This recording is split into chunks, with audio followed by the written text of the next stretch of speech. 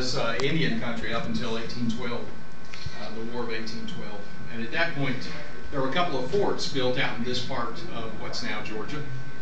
There was a network of Indian trails in this part, and there was Fort Daniel, which is up in northern Gwinnett County. There's nothing left of it now. And Fort Gilmer was down where Peachtree Creek runs into the Chattahoochee River, which is in northwest Atlanta. And a gentleman named William Nesbitt was hired to basically build a road between the two forts so they could communicate with each other. There were Indian trails, and he, for the most part, followed one of the Indian trails. And that Indian trail actually came through the middle of Norcross. North Peachtree and South Peachtree roads here in Norcross are part of the original Peachtree Road. So there are a lot of Nesbitts and relatives of theirs around here over the years. And when Gwinnett County got formed in 1818, it was divided into a set of militia districts like all the other counties in Georgia. And the militia district where Norcross is located is called Pinckneyville, after a politician from South Carolina who passed through here and must have made enough of an impression on people that they started calling it Pinckneyville. But there really wasn't all that much here. There was a lot of farming going on after you cleared the woods, because they had a land lottery and you won 200 acres and then you could come out and do what you could with it. So some people were farming, and there was a stagecoach stop about 2 miles from here up Medlock Ridge Road, near where the Presbyterian Church is, for those of you who are familiar with Norcross. But not much was going on until after the Civil War, actually.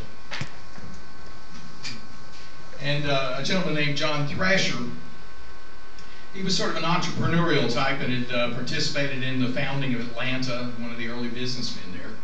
And he got wind of a railroad that was being built from Atlanta, basically headed towards Richmond.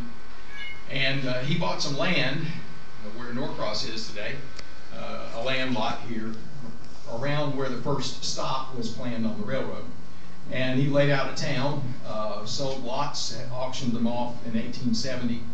And he named the town after his friend, Jonathan Norcross, who's pictured here, who was also a pioneer settler in Atlanta. So a town started to grow up where Norcross laid it out. We're still here today.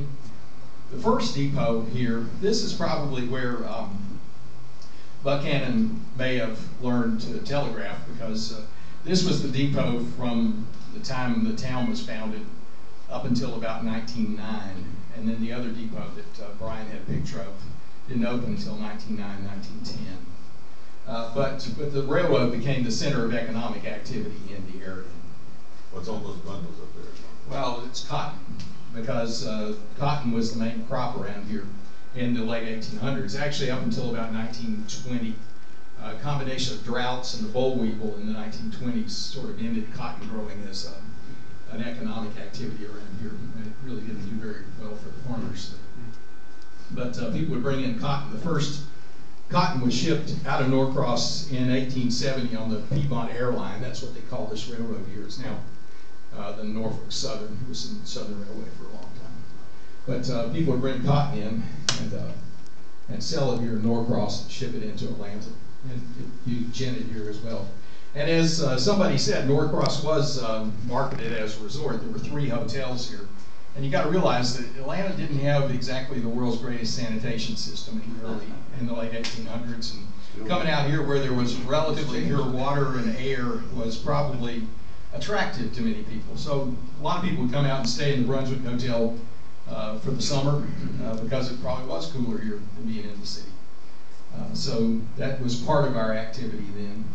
But there were a lot of civic improvements. This is our first school here, which was up on North Peachtree Road, and it was replaced later by these schools, which were where Lillian Webb Park is, just up the road here. And the depot, the second depot, was built in 1909, 1910, and the railroad was the source of a lot of the jobs around here as well. A lot of conductors and various other people working for the railroad over the years. We got train wrecks too. This one's from 1942. A big passenger train came out of Atlanta with double locomotives, and there was a rock quarry truck that was going across the railroad tracks down about where Autry Street is, and it didn't make it, and then the train came along. So one of the engines wound up by Paisano's, where one of the restaurants here in town today, and the other one was further down the tracks on the other side. I was told by a gentleman who, I talked to a guy named Reuben Gant Jr., and he said, I asked him about this wreck, and he said, oh yeah, I remember that wreck. We were sitting there eating supper, and I heard the crash. And so he gave me a first